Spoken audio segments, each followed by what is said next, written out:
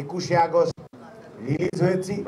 গতকালকে 12ই সেপ্টেম্বর আমরা ওনাকে ভর্তি করতে হয়েছে। কথা আসবে আপনারা বাইরে নিচ্ছেন না কেন? স্পষ্ট, একজনকে বাইরে নিতে হলে শারীরিক সুস্থতা প্রয়োজন। প্লেনে উঠতে হলে নেগেটিভ প্রেশার সহ্য করার মতো সুস্থতা থাকতে হয়। ফ্লাই করার জন্য নেগেটিভ প্রেশার আছে, সেটা কতটুকু, ল্যান্ড করার সময় কতটুকু উনি সহ্য করতে পারবে, সেইটি কিন্তু একটা গল্পের বিষয় না, সেটি হচ্ছে একটা একাডেমিক বিষয়, সায়েন্টিফিক বিষয়, প্রফেশনাল বিষয়।